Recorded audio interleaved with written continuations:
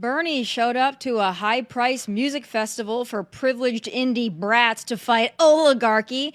Cheryl Hines got a major curb to her enthusiasm at a UFC fight in Miami, allegedly. And people are freaking out about the real ID they've been told they have to get since at least 2020. It's all coming up in just a moment. But first, don't forget to like, subscribe, and comment on the Tomi Lahren is Fearless YouTube page at Tomi Lahren is Fearless. The show starts now.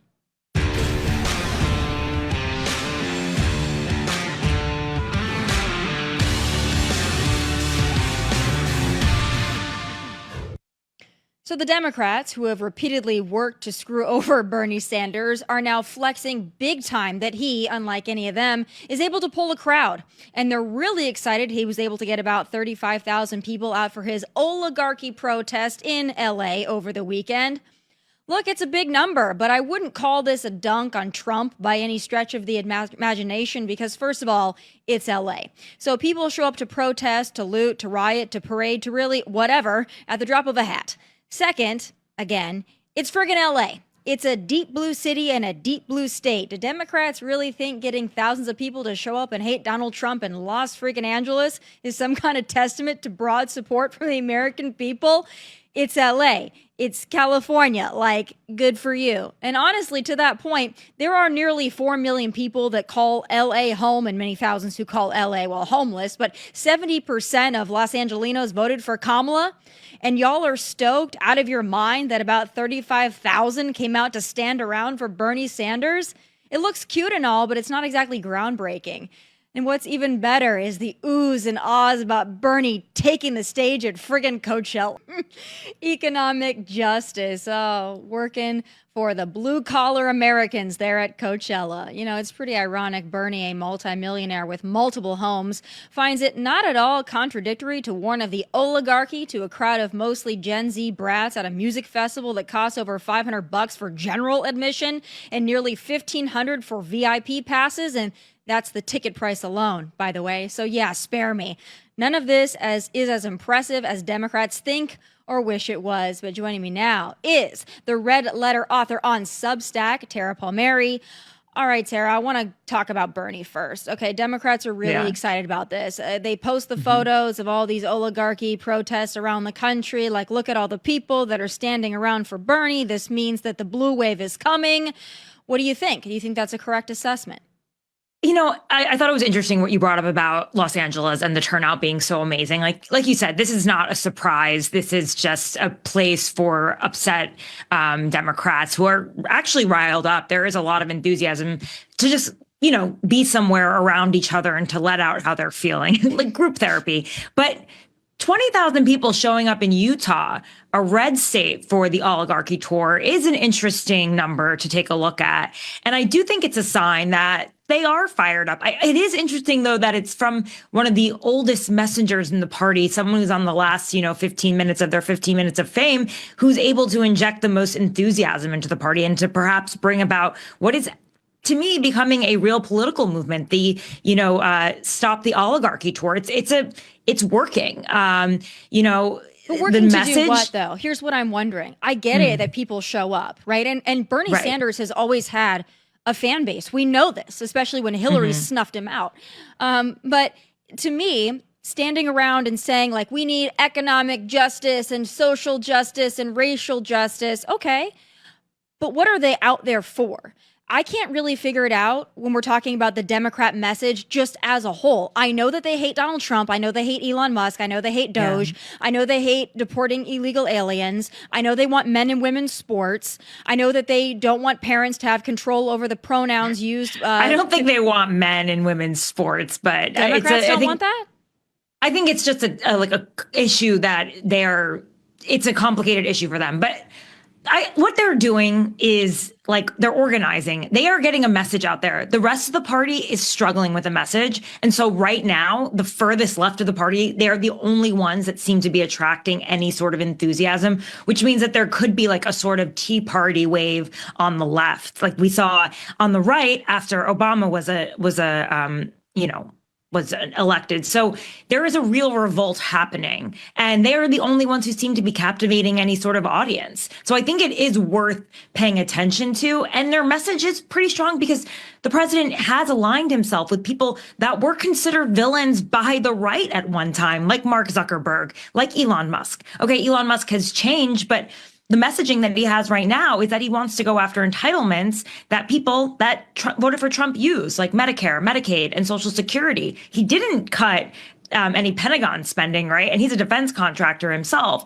So I just think that Trump has aligned himself with some of the wealthiest, most powerful people in tech, who at one time were the villains of the right too, and the left. So this Stop the Oligarchy tour, the messaging is pretty strong, and I haven't heard anything else strong from moderate Democrats or any other Democrats, as much as they probably all hate AOC and Bernie and know that they're not electable. They're definitely not electable. That's really what I want to ask you about here, because there's no doubt this is where the passion is in the party. It's the Bernie, the AOC, the far left. And I would argue the men and women's sports, because they don't say that they don't want men and women's sports. So yes, that is their position. There are some Democrats that will say they don't want that, and then they get absolutely lashed by the rest of the party. That's another subject, though. There's no doubt. A bit of a purity problem there, for sure. So here's my question. I believe that the Democrat Party lost in 2024 for a lot of reasons, but mostly because they lost hardworking, blue-collar Americans that were once Democrats. I don't think they were able to captivate those group of people. So here is really my question. Bernie does, though. I disagree with you on that. Bernie does reach those people. I saw it in my own family. My dad is hardcore MAGA, Hannity and Combs his whole life, Rush Limbaugh. And when Bernie came out and he had his message back in 2016, it appealed to him. And when I speak to Trump advisors, they saw that in their own data, that there is an overlap between the Bernie message and the Trump message. And that goes to working class voters, the ones that Democrats lost. Bernie has an ability to reach these people who feel like they've been lost and they've been, they've been ignored all these years. Problem is the Democratic Party didn't want Bernie to be the nominee. And, through a very undemocratic process, elected Hillary Clinton. If there's anyone, though, that can bring some of these voters that voted for Donald Trump back to the Democrats, it's someone like Bernie Sanders, and it's his message. Yeah, I know that there was a crossover at one time. It's more of a populist message. I understand that. But then it's weird to me that, first of all, the party doesn't want Bernie. They like that he can get a crowd. But as you mentioned, they're never going to let him run for president, or they might let him run, but they're never going to let him be the nominee. Let's just be honest. Right. But he, and especially with the tag team effort with AOC, they do represent the far left fringe. That is far left. Whether they might appeal to some working class Americans, that might be. I think they represent the fringe, which is why the Democrat Party doesn't want them, because they're too fringe. So then if you lost in 2024 because the average American thought that the Democrats themselves were too fringe, why would boasting about the crowds that the most fringiest people of your party are able to get? I don't think you're accomplishing anything. I don't think that this adds to any movement that they're trying to build. It's something, okay?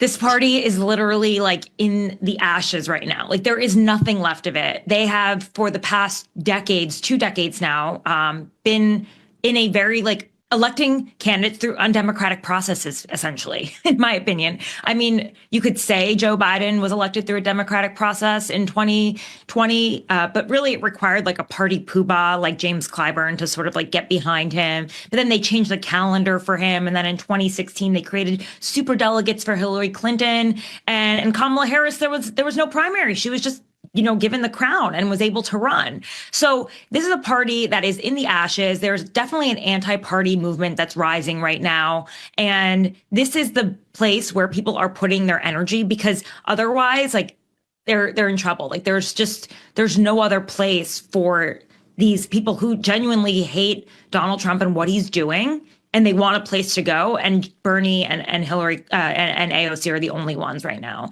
Well, but you're right. I mean, they're going to have to moderate, because if they elect a bunch of, I'm going to call them Tea Party liberals or Bernie AOC liberals in the primaries, and they primary out, moderate Democrats, they could end up losing a ton of seats in the House. But I actually think that the Democrats will ultimately win back the House in 2028. I mean, that would have to be a pretty big Sorry, shift. 2026. Excuse me. Yes. I said 2028, 2026. 2026. Cory Booker thinks that he's getting a lot of support because he talked for 25 hours. So apparently that makes you like a war hero to the Democrats if you just talk. He didn't pee, Tommy. Okay, he didn't pee. Well, we don't And know. He didn't we don't eat know what for he days. did. Well, we don't know. What, we don't know what he did. But You can wear a diaper. He now is kind of trying to capitalize on some of this attention. I don't think he's been told yet that his attention went away a week ago, but he's still trying to make it a thing. So he was at, I believe this is like a town hall of sorts, and Cory Booker happens to think that the heart of this country is LGBTQIA LMNOP. And this was his post, and then there was I think a trans person talking about being protected and whatever. And in his tweet, he just said that LGBTQIA, that's the heart of this country. Do you think that's a winning message? You know, it's one of those moments when Democrats are taking and it's an 80-20 message, okay? And Democrats are going with the 20 rather than the 80. And I think it's one of those things where I don't think it's like top of mind for Americans when they're voting. Like, I really do believe that they vote on kitchen table issues, mostly safety, security, economic stuff. And so this is something that the Democratic Party has been dogged by. But I obviously worry about minority groups because if a minority group feels threatened, when are you going to become the next minority group? Right. So we have to pay attention to that. So what's threatening the LGBTQIA? What is Donald Trump doing to threaten them is, I guess, my question. I think by dismantling a lot of these DEI programs, they feel threatened. They probably feel and just the rhetoric in general, I think people feel more comfortable calling them out. Or, this person in particular that Cory Booker was talking to said he feels threatened when he's outside or she's outside. For me, I don't entirely know what that's like because I'm a straight person, but I just think in general that I'm always concerned when a minority group is targeted. Because you just don't know when you're next. I just don't know why they would be targeted. I don't know what is targeting the LGBTQIA. And if you're going to say rhetoric or that they don't feel safe when they go outside, if I go to Santa Monica, I don't feel safe outside. And that's not just because it's a lawless crap hole. It's also because I'm a pretty obvious Trump supporter. So there's a lot of places in this country that I go that I feel physically threatened. It's fair. So right. when they say, oh, well, the LGBTQIA, they're being targeted, they're being threatened. If you want to say it's because of DEI, taking away DEI, well, it doesn't mean that the LGBTQIA folks can't get a job. It just means that they're not going to be prioritized for that job because they fit into a category. So I don't know what. You could argue that they felt threatened under the Biden administration too, because there are always going to be people that exist that don't agree with them, right? But I think when there's a certain sentiment that that their rights aren't as important, that when it comes from the government down, when it comes from a policy down, I could see why they feel that way. What rights did they not have?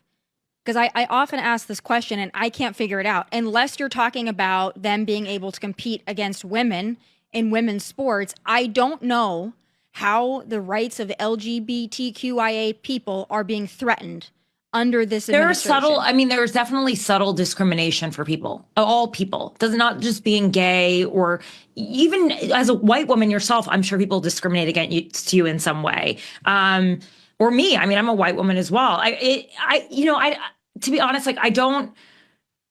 I think that this is again a 20% issue and Democrats are being dogged by it.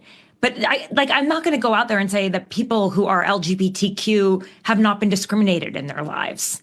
Sure. Everybody's probably been discriminated against in some way, shape, or form. Everybody is a victim in some way. If you're getting rid of programs that are installed to counter discrimination and those programs are gone, then you're essentially taking away protection from some of them. Yeah. I guess I just fundamentally disagree with that. I just don't think that saying that somebody is prioritized because of their status in a group and saying you're no longer going to be prioritized, I don't think that's discriminating. I think that's just equalizing. So that's my perspective on it. I have a lot more to talk to you about though, and I'm sure we're going to have some fun with some of this other stuff. Let's talk about that. Let's talk about Bill Maher. So he did a fantastic monologue on his show after meeting with Trump. It was the big, highly anticipated dinner with Bill Maher, President Trump, Kid Rock. I think Dana White was also there. And he essentially came away with it saying, I'm not MAGA, but this guy that I met with is not like this crazy, awful, bad guy. He was generous. He was, able to poke fun at himself. He was accommodating. And he basically said to those on the left and the right who don't like it that they can F off. And I thought that was a great message. And it seemed to be those on the left are the only ones that really took an issue with it. I'm wondering your take on his take. I'm a fan of Bill Maher's. I've been on his show a few times. I think he does the right thing. He invites people from all sides to talk and convene, and he's not afraid to meet with anyone, really, or to have them at his table. I think it was smart that he went and saw President Trump. I think he saw what I saw and what I've seen throughout my entire career. Like I met Trump for the first time when I was 22, and he's extremely charming. Like he's a salesman. He's good at what he does. And he does ask a lot of questions. Like he does ask people about their opinions. He really does care. He listens. That's what Bill Maher had said. And I think he got a lot of blowback for it. But like, are we really in this world where we don't want to have conversations with anyone, where we're like deplatforming and censoring? And, it's just like we're afraid to hear somebody that's different than us. Like, I love that he showed up with all the insults that Trump had hurled at him. Just because it's like, okay, like, let's not like, let's point out the elephant in the room and let's like actually talk about this. And they had like a laugh. And this could really heal a lot of the rifts in our country and maybe make people who feel like they're being targeted or discriminated against, feel safer or feel like they're being heard on both sides. Because like you said, a lot of people on the right feel like they're being targeted and discriminated against as well.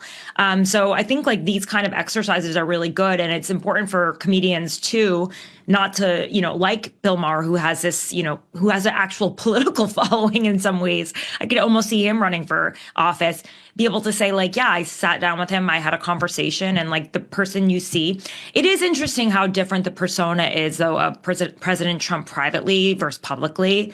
Like, publicly, he really does have this very brash, often offensive personality. He's ready to fight with people. And yeah, privately, he's just a different type of person. And I wonder, but he's a different type of person for all different types of people, I will say. Not everyone gets the Bill Maher treatment. He does understand that Bill Maher is a very influential person in the media and that the way that he comes back and talks about him, it will have impact. Trump loves the media more than anything, as you know. I'm sure you met him before. But yeah, I think it was the right thing to do. And it's just that we live in a crazy world where journalists can't talk to people. Like, would you not speak to, like, as a journalist, if you had the ability to speak to someone who was like a mass murderer who had never spoken to the press before, like, would you not take that interview? I'm not saying I'm comparing Trump to that, but like, in what world have we gotten to, or like, or the Taliban or someone like that? What world have we gotten to where we can't talk to people who are considered quote unquote enemies, or different from? I agree with you wholeheartedly. I happen to feel it's pretty one-sided, though, as somebody who does this for a living and is obviously conservative. Every Tuesday, I invite a liberal on my show. I've been on many liberal shows where I've gone on their show so that they could basically rip me apart and just denigrate me. I mean, I've been on The View. Really? I've been on with Bill Maher, which was a good experience. Everybody else on the table was rude to me, but that's fine. I've been on with Bill Maher. I've done debates with Chelsea Handler on stage, Simone Sanders on stage. I've been on The Daily Show. I mean, I've walked into about any situation and on what I would consider enemy territory, right? And I'm happy to go there, and I'm happy to have them on my platforms as well. And conservatives don't get mad at me if I have a liberal on my platform, but liberals get really angry if liberals have conservatives on their platforms. You know what? That's actually probably true. I think they're a little touchier about it in some ways. I notice it too on my social media where people will be like, how could you have that guy? Or how could you have that person? How could you talk to the person? I'm like, what do you mean? I mean, if this person is influential, powerful, has an interesting story, why wouldn't I talk to them? I agree with you. And that's too bad. If it's something is like upsetting or concerning to people, I mean, it's not hate speech. As long as hate speech isn't happening, as long as there's like just conversation, I think it's fine. Yeah, we have gotten into some really weird territory where people don't want to have conversations, and hopefully seeing a prominent person, journalist, comedian, I don't know what you would even call, he's like a cultural figure, Bill Maher, meeting with the president. That's a good thing. I think it's a great thing.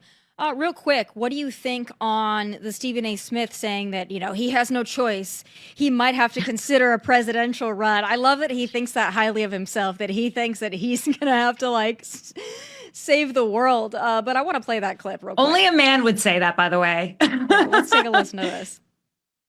Are you really thinking about running for president? Is this something you think? Listen, I have no choice because I've had elected officials, and I'm not going to give their names, elected officials coming up to me. I've had folks who are pundits come up to me. I've had folks that got a lot of money, billionaires and others, that have talked to me about exploratory committees and things of that nature. I'm not a politician. I've never had a desire to be a politician. I just signed a contract extension with ESPN. I am very, very pretty happy good one, too. With my day job. I'm very happy with my bosses. It's a pretty damn good one. Just right. It's a pretty damn good contract. I couldn't be happier. But here's the reality.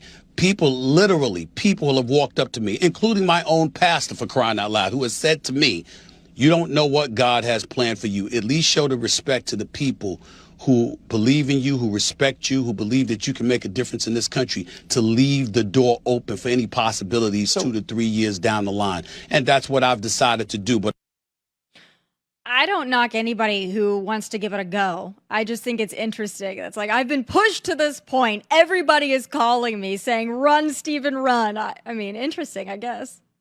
Yeah, and like I said, I think only a man would say something like that. Okay, how do I write this down? Okay, I said this last week, actually. I said I think that the next president will probably be a podcaster because... First of all, reality TV ushered in the age of Trump, who is really the original influencer. Reality TV ushered in all sorts of influencer types. Podcasting is now the next phase of culture. And so I do think that the next president will be a podcaster. Also, there's something very intimate about having someone's voice in your ear. You get to know them, their ideology, their cultural figures, more so than even political figures. So I thought, Stephen A. Smith might be there. That's why Gavin Newsom probably has a podcast right now. I know Ted Cruz has a podcast. Steve Bannon obviously has a podcast. He's been talked about. And, there's still opening for a woman with a podcast, Tomi, to run. But there's, this is it just feels like the evolution of the moment where the next president will probably have a very influential podcast, maybe Joe Rogan. And you saw how important their endorsements were in the last election.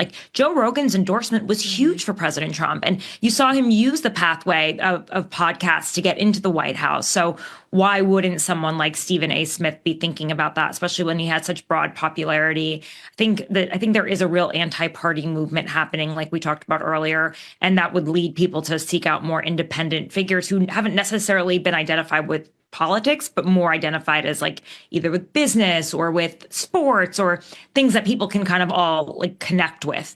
Politicians are just so unpopular right now. I mean, is there a single politician out there that you're yeah, he would be a great successor to Trump? He's the one. I mean, Trump won't even endorse J.D. Vance to be his successor. Yeah, well, I can think of several that I hope will run in 2028. So speaking of the power of the divine feminine, I think that's what it is. They had what is it, Blue Origin? I think Blue or whatever. Right. Yeah, they went to space for a while. I mean, you want to talk about privilege, that going to space. I'm kind of jealous. I would have loved to be a part of that power of the divine feminine and go up there. Yeah, I don't know what the power of the divine feminine is, but Katy Perry does. I want to play the clip. It is the highest high, and it is surrender to the unknown, trust. And this whole journey is not just about going to space. It's the training, it's the team, it's the whole thing. I couldn't recommend this experience more. This is up there with all the, different tools that I've learned in my life, from meditation to the Hoffman process. This is up there because what you're doing is you're really finding the love for yourself, because you got to trust in yourself on this journey. And then you're feeling the love when you come down, for sure. And you're feeling that strength. So I feel really connected to that strong divine feminine right now. I don't know how you connect with a divine feminine by going to space unless you have a baby in space or get your period. I can't. I think if you take mushrooms in space, that's how you connect with the divine feminine. Yeah. That's probably how it works. What do you think about these kind of space explorations? Obviously, it's a very privileged group of people that get to do it. Some that are celebrities are paying a crap ton of money to go do it, be up in space. Or date Jeff Bezos, that's another option. Yeah. What do you think of it? I mean, it seems like a cool experience. To me, it seems a little frivolous, but do you think that this is, the way of the future? People just with a ton of money just blast into space for a few minutes? And is this the new tourism? Yeah, I think absolutely. Rich people can do whatever they want. I mean, Branson was doing this, Richard Branson, for a while. I think it was interesting that they chose an all-female group of astronauts, which is cool. I mean, listen, when I was a little girl, I wanted to be an astronaut. I don't know about you, but I always thought to myself, oh, that's something that only guys can do. And just to see women actually doing it is pretty cool. The divine feminine, that's just her way of saying it, but it's, I've got to imagine it's pretty hard to train for it. It's hard on your body and it's scary. Yeah. I don't know if that means divine feminine, but Katy Perry, she likes to get into her little ideological groove. Tara, thank you so much for taking the time with me today. I think you froze. You went to space for a moment. Mentally I froze. Sorry about that. No, it's all good. I appreciate all of your time today in a wide variety of topics. I definitely love having the dialogue, the discussion. I got to have you back because I have so many things to ask you about. And every day there's something new. But I have so much to ask you about. So please do come back. I really enjoy the conversation. Thanks so much for having me. Of course. All right, folks. For some reason, I still cannot decipher. Folks on the left and the right are going berserk over the Real ID deadline, and I have some final thoughts.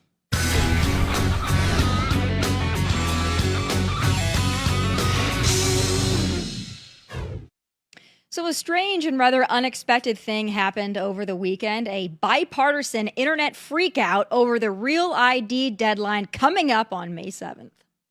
Hi, I'm Christine Holm, the United States Secretary of Homeland Security. If you plan on traveling, we need your help to prevent delays and to prove your identity. Get a Real ID. Starting May 7th, you will need a Real ID to travel by air or to visit federal buildings in the United States. These IDs keep our country safe because they help prevent fraud and they enhance security. Please do your part to protect our country. Go today and don't delay. To learn more, go to dhs.gov/real-ID. Thank you.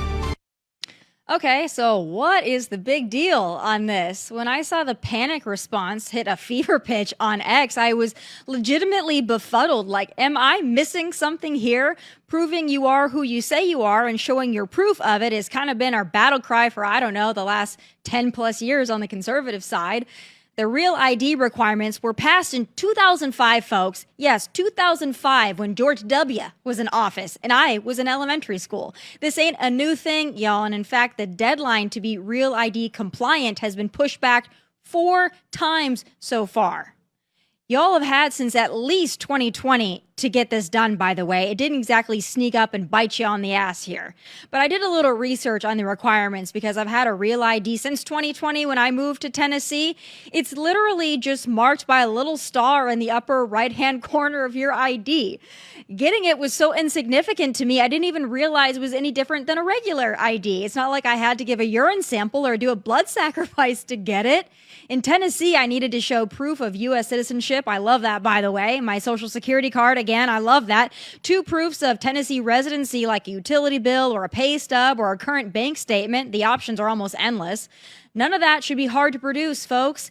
And you've had to do it since at least 2020. All right, this is not a new thing. But now people are panicking because they won't be able to board a domestic flight without it come May 7th. Important to note, you can also show a passport to get on that flight, by the way. So yeah, this is probably going to cause a headache at the TSA line, but it's because people are lazy and can't in 5 years plus follow simple guidelines and instructions. This is not the surveillance state at work. This is some pretty basic stuff here, people. So get yourselves together and stop with the whining. It's not justified. Those are my final thoughts. Please be sure to tune in live tomorrow at 1 p.m. Eastern. Catch full episodes of the show on outkick.com and Fox Nation. Also, please like and subscribe to the YouTube channel at Tomi Lahren is Fearless. From Nashville, God bless and take care. Hey, thanks for watching. If you want more of my hottest takes, must-see conversations, and of course, my final thoughts, click here and make sure you subscribe here so you never miss a beat. I'll be here every weekday, and I hope you'll join me.